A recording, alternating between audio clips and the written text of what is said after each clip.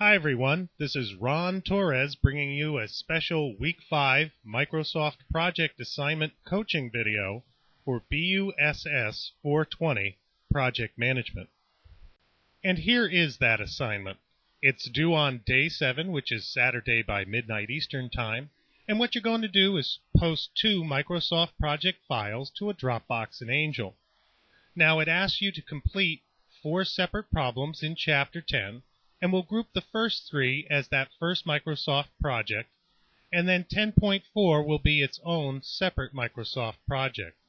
Now here we have that separate coaching video, but there are also templates that are provided up in the Activities folder to get you a head start. So if we take a look at that exercise in our Pinto textbook, you'll see Exercise 10.1 will ask you to create a project schedule based on activities A, B, C, D, and E. And Exercise 10.2, well, it simply asks you to continue that and add all the rest of the activities from that table into Microsoft Project. So you'll open up the template that I've provided you up in the Angel Activity folder, and I think I started you out with the very first activity, and you'll just enter the remaining activities to create the project schedule. Now each activity has a name, a duration, and you'll need to set the predecessor field in order to create the task relationships right there in Microsoft Project. Now the last part of exercise 10.2, well, it asks you to create a complete activity network diagram for the project. But luckily you're using Microsoft Project. So what we'll do is we'll take a look at a view of the network diagram. And for that, if you go to the View tab, you can see that circled there at the top of the screen, you'll select the network diagram view. And then you could take a look at how Microsoft Project takes that Gantt chart and shows it to you in just a network diagram view. And to go back, you select the Gantt chart view all the way over there to the left side of the Microsoft Project main screen. So just to be clear, you don't have to create a separate network diagram view. We'll just use this ability of Microsoft Project, and when you turn in the assignment, I'll be able to check it, and it'll show me that you've set all your predecessor relationships correctly.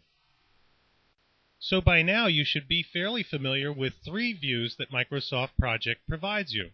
There's the Gantt chart view, and here you can see we've highlighted specific activities in red in order to identify the critical path. And there's the network diagram view that we just reviewed for this particular project. Again, you could see we can identify each node in the network that is part of the critical path. And the third view we're familiar with now is the timeline view. This particular timeline view is from a different project, but this is a good way to demonstrate, based on a calendar date, what your project is doing at any particular time. So getting back to our exercises for this week, exercise 10.3, well, it's asking you to identify that critical path for your project that's shown in exercises 10.1 and 10.2.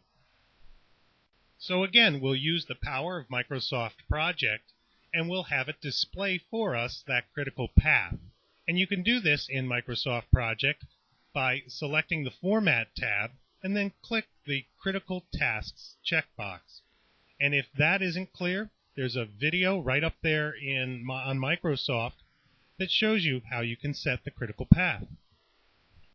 So here you can see we go to the Format tab and we select that checkbox, Display Critical Tasks.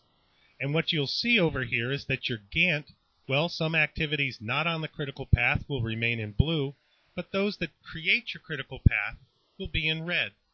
So what you'll do is you'll save this file after you've selected that critical path checkbox, save the file, and post that up to Angel.